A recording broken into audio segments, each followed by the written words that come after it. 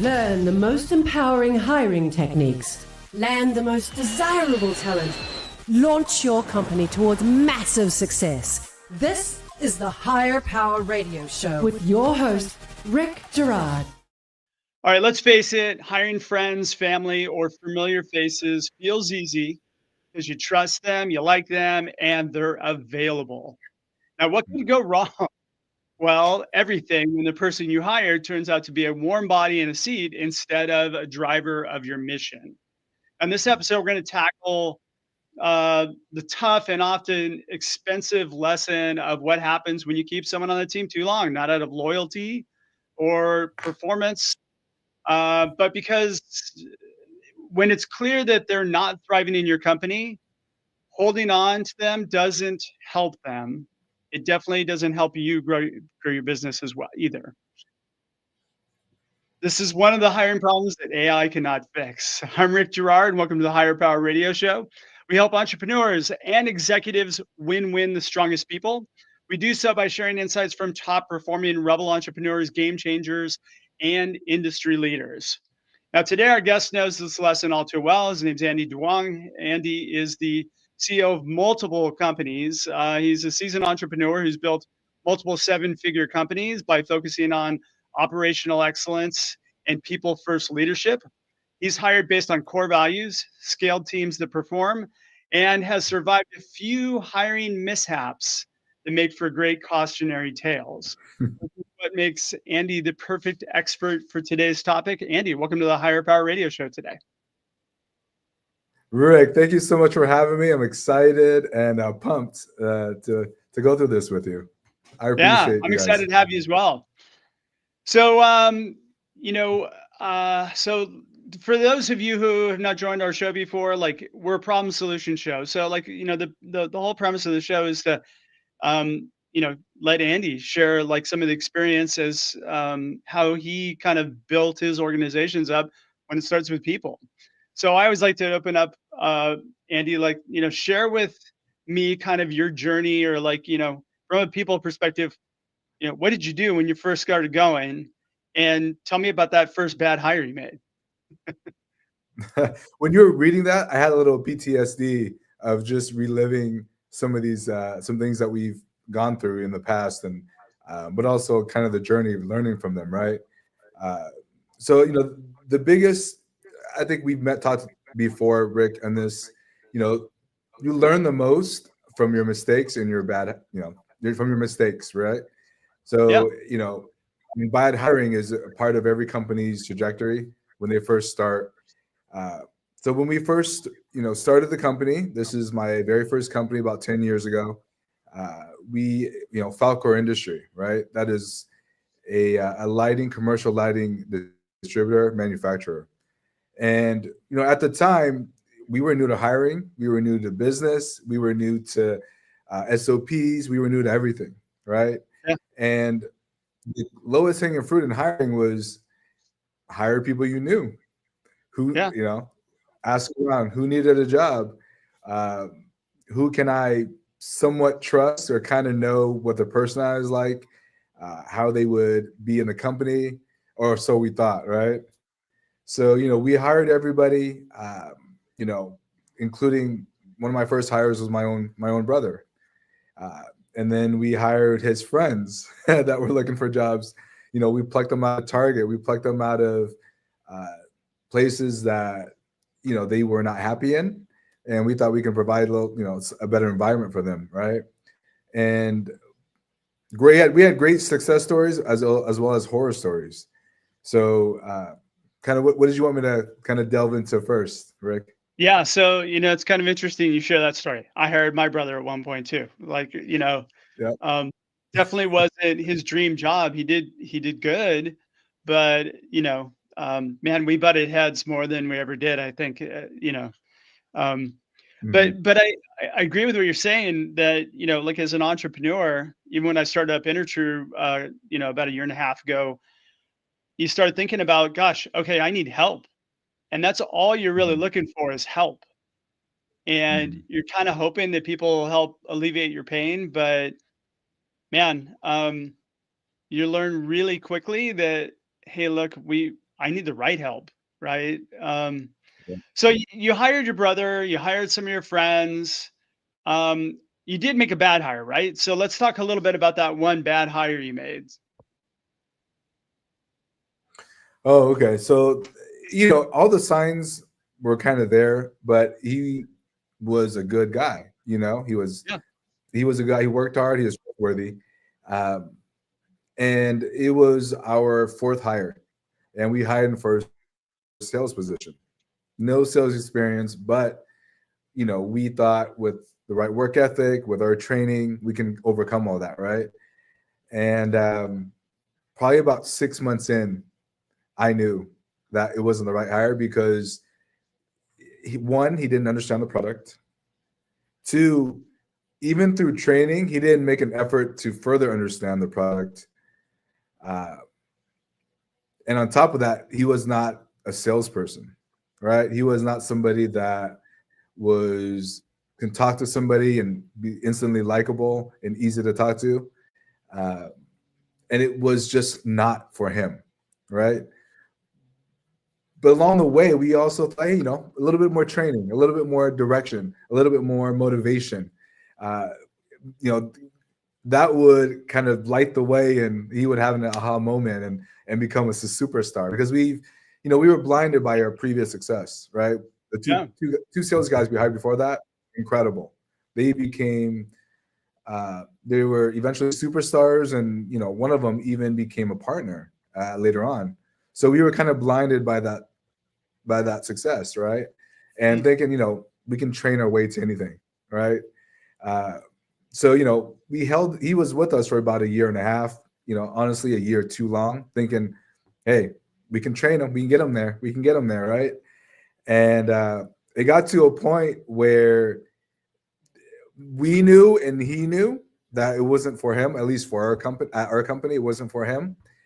And one of our vendors, one of the guys that were supplying our commercial lighting, small product line for us, plucked him and asked him, "Hey, do you want to come work for me here?" And they were out of Texas, and they needed help. They were, in the same place I was when we first started.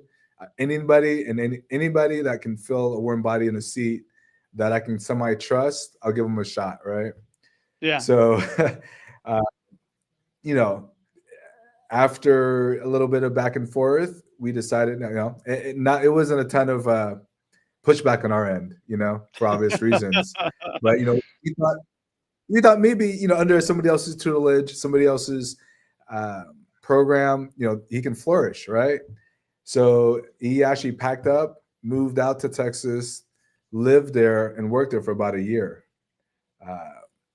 And I think after that year, our vendor found out kind of what we found out as well. This is not for him. Sales, number one, and lighting wasn't for him, right? Yeah. I think it's So really he important was that we let go from understand. there. Yeah. Go ahead. Yeah. So I he was said, I let go think, from there, and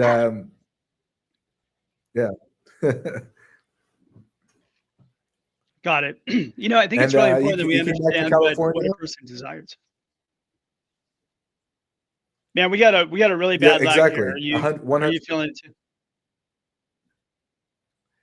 There's a little bit of a lag, yes, a little bit. Okay. All right, okay, perfect. This gives us an opportunity to starting point. All right, you're listening to the Higher Power Radio Show. I'm your host, Rick Gerard, and for our podcast listeners, we're going to take a quick educational moment from our sponsors. Yeah, I'm digging in deeper with our guest, Andy Duong. He's the managing member of Wolf Packing Machine Company. And we're talking about his journey in entrepreneurship and how he's been able to build 3 really successful businesses. So we just talked a little bit about one of the problems that he had, and I think we can all identify with hiring that person and keeping them way too long.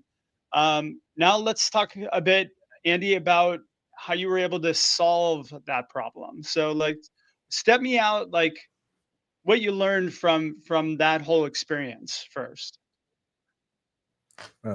Well, a lot of things, right? A lot of things, and it was a bad hire that's still kind of haunting us till now. How He so? had the customers that he did bring in, you know, the very minimal customers that I did bring in, still owe us money 4 years later. So, you know, it was just a culmination of, you know, obviously not a skill fit, not obviously not a company fit, but maybe just, you know, personality fit, everything, right? So, 4 years It's later, we still have, you know, 40K debt that his customer owes us, and that we will probably never recover. We've given up hope. All hope is lost on oh, that. that's like the gift Um, that keeps on so giving you that know, you don't want, right? yeah, exactly. And these are stories that, like you said, we all relate to in one way or another. Um, so kind of our journey from learning, you know, from kind of going through that, as well as other hires that weren't good fits, uh, we moved into kind of creating a process for our hiring, right? You always hear the terms hire slow, fire fast. How we implemented that was through this process that we kind of developed over the years, and I bring to, you know, my different companies and different industries, right? Uh, Okay, Number step out for one, me, like the big thing is before you delve into each piece of the process, do me a favor and just kind of break down the steps that you kind of put in your interview process. so our interview process is several steps. The first is obviously you know, we go through a recruiting process, and that is sorting through resumes and sorting through filtering questions, right? This is before the actual interview, right? Once we kind of hone in the skill sets, the background, everything that we like, we do a phone interview, and you know, and that's a little bit more for delve a little more into skill set and character. And then the last step would be in-person interview or slash skill test. Okay. Uh, so that's kind of our process. And then the last thing, which I would fully recommend, is checking references and then doing a full background check. And we'll kind of delve a little bit more into why and kind of the horror story behind what happened to us as well. Uh, All right. So let's talk about what you yeah. do before the interview. Walk me through those steps. Number one, clearly define the role, right? There is, if you don't understand what you need, you're going to hire for all the wrong things, right? Yeah. So for us, clearly define the role, the duties, what they're expected on their day to day, with no surprises, right? So you know clear cut what they're doing day to day, and what they know clear cut what they're doing day to day, right? From there, define what a top performer in that role looks like. What kind of metrics are used to measure success, right? Uh, Okay. for a So you're salesperson, talking about setting KPIs for that person before they start, right? well, KPIs in terms of what success looks like. What does our top performer in that role look like, right? Uh, so they have some expectation of, hey, you know, I I get into this role, and to be successful, I have to be at this level, right? Whether that is an X amount in sales for a salesperson, or specific skill sets and ability to do certain things if it's a technical role or hands-on role or warehouse role. Uh, that's the number one thing. Define your role. Make sure both sides you understand exactly what it entails and what a superstar looks like in that role. Number two, filtering questions. So these are things that are non-negotiables for you as a company and as a person filling that role, and that filters out what I always call the Hail Marys, the Hail Mary applications. The guys that have zero experience in this role, have no business applying for the role, but they shoot a Hail Mary because they like the company, they like what we're offering, uh, they like they just need a job. Period. Right. You Uh, know what? And that's probably 90% of the applicants that just apply through job boards, right? They auto apply. You know, I like to think of this like these filtering questions as a call to action. So we actually put this on the job description. We tell people not to apply to the role through whatever channel it is, but to send us an email and answer these three questions. And right. I have a theory that, and I haven't been proven wrong on this, but like the effort that somebody puts into their job search is the same amount of effort they're going to put into their actual job, right? Because they really Oh, need something. So if somebody's just mhm, clicking fast apply, then what's gonna like that's how they're gonna show up. They're just gonna show up and yeah, they're there for a paycheck. And it's not a bad thing for some roles. But if it's somebody who's mhm, you need to have a really critical, strong person in a role, a high performer. mhm. You you know, and if you're listening to this and you're on the job search, stop doing it. Please, for the love of God, stop just hitting auto apply. Yeah, because these Hail Marys are just buckshotting everything, and they're hoping somebody replies, and it just they're sitting in the dark, wondering why they're not getting a call back Yeah. or, not getting any updates, and it's a waste of time for them, right? It's We a put on waste of our time. job description at the very bottom, we put on their job description, we do not respond to just auto applies or if you don't like put some thought into answering these questions, don't expect a Mhm. response from us. Great. Yeah, I love that. I love that. Yeah. That weeds out all the, like you said, the 90% that don't qualify or they're just shooting their shot, right? Yeah. Because sifting through all this and it takes time, going through, all these, people that don't qualify and don't fit your company. It takes time from you and from them, right? Yeah. So 100% agree. I think that's a great point, Rick. And the Um, other kind of interesting thing is that like when you're a small business, you need people who are purely looking to work for a small business. You know, mm, we oh my gosh, somebody who worked over at Google is interested in potentially working for me. They applied to my job. They applied to your job and 5,000 other jobs yeah, because they're looking for a job. But the truth is, like, is this person really positioned right for a small startup company? right. Most not. Right. And that's a completely different mindset and different willingness to do things outside of their scope of work, right? Yeah. And I've worked for, large corporations, the Bank of America, the Rexels, the Gallup of the world. And they've been around 50, 100 years. They have defined SOPs and roles and, things they do. At a small business, sometimes you're asked to take on things outside of your role. And some people are willing to, and some people are not willing to. So it takes a different Yeah. kind of person. So filtering for those people, that's important because, like you said, you can get somebody from Google in, and they have this great resume, but they're not willing to do anything outside of X, Y, and Z, and not willing to help the business grow in other ways, right? That's so very And for a true. small, Now, yeah. let's talk about the phone interview. How do you approach a phone interview? So for us, the phone interview is, at least for me, when I go through the process, it's all about getting a feel for their character and their experiences in the work environment and what drives them in the work environment. Right? Everybody has different drivers uh, in their role. Are they looking Mhm. for? Do they do the best when they receive recognition? Do they do their best when they get rewards?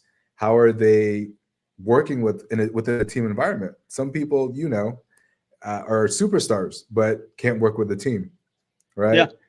Uh, they, it's so for some of the things that I dial in on is, and some specific question I ask that kind of catch them off guard is, one, what was the best job you ever had, and why was it the best job you ever had? And for me, what I'm looking for is their motivations. Were they there because they love the work, the role, and is it similar to what I'm offering? Were they there for the money? Were they there for recognition? Were they there because they got along with everybody? Uh, what was their driving factor? What made them enjoy that particular work? And is my environment similar to that? Yeah, you know what? I like to look at this as positioning, right? Because Mhm. um, positioning, like what somebody, like the environment that somebody does well in, is kind of it's ingrained in our DNA. Like if you put me in a large company, I'm going to fail miserably. As a matter of fact, I Mhm. interviewed at Amazon at one point, and halfway through the interview, I said, "I'm not your guy. Like, there's no way I'm going to be a person who's just going to come in here and push buttons. Like, I need to be building stuff. Otherwise, I'm going to get bored, and I'm going to be a nightmare to manage. Right. Right. So positioning is like, and you're getting in a way, you're getting where are they best, and so they're describing to you the environment in which they thrived and did really well. Right. Exactly. And then, right there, you can kind of figure out a fit, positives and negatives. And on the flip side of that, I always ask, what was the worst job you ever had and what made it the worst job? And within that question, I'm looking for anything from, do they have any issues with accountability? Do they have any issues with, management, management teams? Do they have issues with coworkers? Is there a lot of, drama, bickering, those kind of things that, show up in different roles, and the same person time after time. And we've been in environments where that happens, right? So, it's more of like like you said, positioning, a culture fit. And then, from there, I always ask about what they visualize within the company in 3 years, 5 years. Are they looking to grow within the company? Are they looking to stay in that role, or are they seeking something higher, right? And that tells me a lot of, hey, is this a stopgap job? Are they just here for a paycheck? It tells me if they actually like this type of work and they just want to get better and acquire more skills and, go from a trainee to a manager in that role. It tells me if they're looking for long-term work. Hey, I might want to jump from job 6 months here, a year here, go somewhere else, jump another job, another year there. And that's a huge red flag for us. Anytime I look at a resume and there are 3, 4, 5, 6 jobs under a year, under 2 years, that's a red flag for me. Right. Yeah. I mean, it's a red flag for, I think, a lot of people, right? I think if you're jumping jobs and you're not even lasting a year per job, I can see where that's, I mean, it's definitely problematic. One of two things: one, they're just taking a job to get a paycheck. That's kind of a common thing. Or two, they just make bad choices. And if they just make bad choices, again, that's not another, that's kind of a ding. Mm-hmm. Yeah. Because you don't want to sink in 6 months, a year of training and all this upstart and then figure out, hey, they don't like the job, they don't like the role, they don't like the position. And like you said, they're making bad choices, right? So those are red flags I always look for. Yeah, I mean, there are certain situations where people are just not positioned in the right type of environment, and they're learning, and they're trying to figure out what type of environment they're going to do well in. But again, they've got to have some bit of self-awareness to be able to understand, hey, look, I didn't do well in these companies because of, X. And, I learned that I need to be in an environment like this. And when they're feeding you that data and it does match up with your company, then it does make sense to move, to continue the conversation. But if they're completely not self-aware, and they're telling you that they thrive in an environment that's completely opposite of yours, there's no reason to move them through past a phone conversation, because quite frankly, like, they're not going to do well in your environment. Right. 100%. Yeah. 100% correct. All right, culture fit. Let's talk a little bit about that. So culture fit is such a broad word, and it can mean so many things, right? Like, some people take it as, people get along there. I get, they provide snacks, they provide food, they provide, those are cold perks. brew, whatever it is, they mistake it for culture fit, right? Everybody's relaxed. And the biggest thing for us is culture fit. You have to define culture, or your people will do it for you. Right. So if you don't have a clear defined culture and what is expected, the people within your company will make what they make of it, and everybody's definition is different. Right. So defining your core values as a company, what are the absolute North Star items that you have to have that guides every position, no matter what position you're in, right? Uh, and what and that has to be developed with the C-level suite, the owners, the founders, to attract the right kind of person that fit that mold, right? I love that For you're saying example, one this of right our now. I love that you're why is saying that? this, Why and is I'm that? not. Yeah, because I preach this stuff like all the time, and I did not feed any of this to you. So like, I'm, you know, You definitely did not. This is from just experience, but also just yeah, being in different work environments, working as an employee, working as a founder. Uh, and I asked, some of the questions before, what was my favorite job to work in? And I looked towards what drove me, right? Is the exact type of culture and defined values, right? Core values. So uh, for me, there has to be an alignment on that, right? Number one, uh, an example, one of our core values at uh, Wolfpack automation is, uh, you know, one of our main ones is what we have an acronym for. It's called FIOGID, FIOGID. And that stands for figure it out, get it done. And it is one of these things at a core value because no matter what role you're in, you're going to face obstacles, right? You're going to yeah. have things that don't go your way. You are going to have fires to put out. And there are two type of people in my experience. One, a person that looks at it and goes into chaos mode and shuts down, right? And they are useless in that situation. The other Yeah. person goes into solution mode and figures out, okay, how can I get this done, right? How can I solve this problem? And at the end of the day, that's what we do as a company. We're solving a problem. We're solving labor issues. We're solving production issues. We're solving headaches for people, right?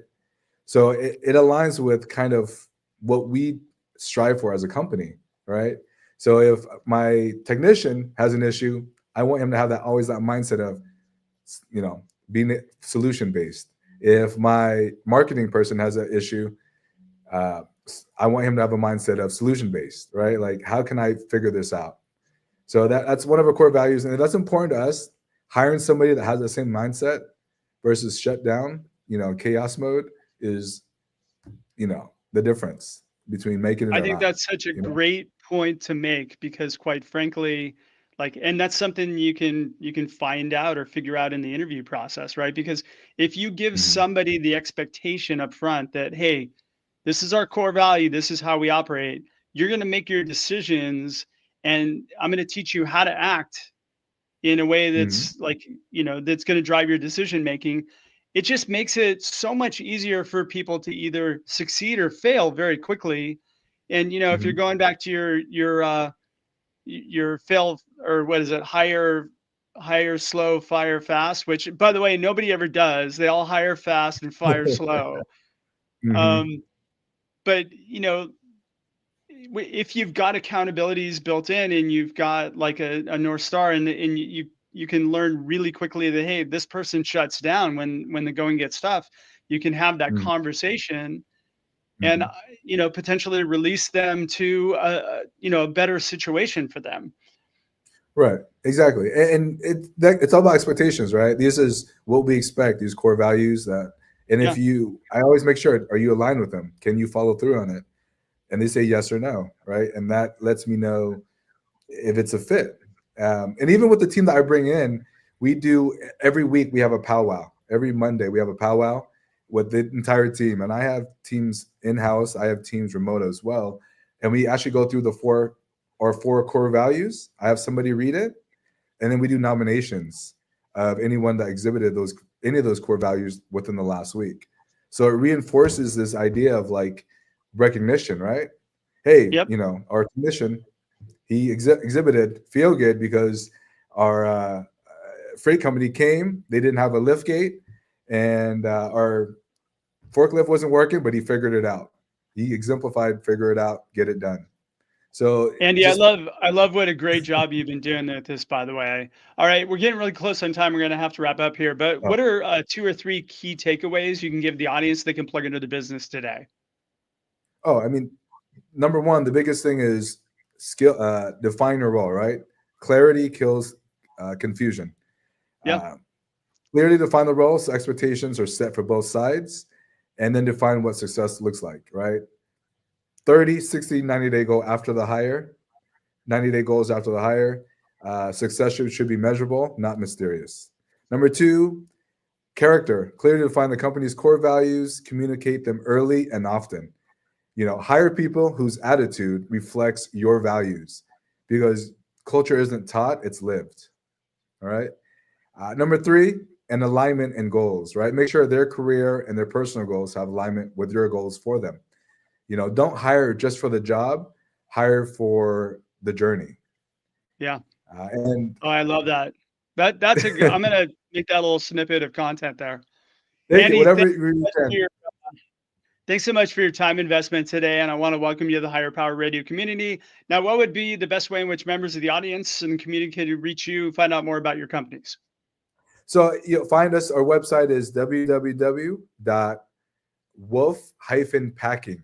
So WOLF-PACKING.com. So that's our website. We're on LinkedIn. We're on social media, Instagram, or email me at andy@wolf-packing.com if you want to learn more. All right. I love it. So thanks for tuning in this week's episode of Higher Power Radio. Quick thanks to our team, Brian Colburn, Andrea Ballin, and Ayla Gerard. If you're listening to the podcast, please subscribe, review, and share after all this show's for you. You can check us out further at Hire, H-I-R-E, Power, P-O-W-E-R, Radio, R-A-D-I-O.com, or you can drop me an email at rick@intertrue.ai. I'm your host, Rick Gerard, and you have been listening to the Higher Power Radio Show. Aloha.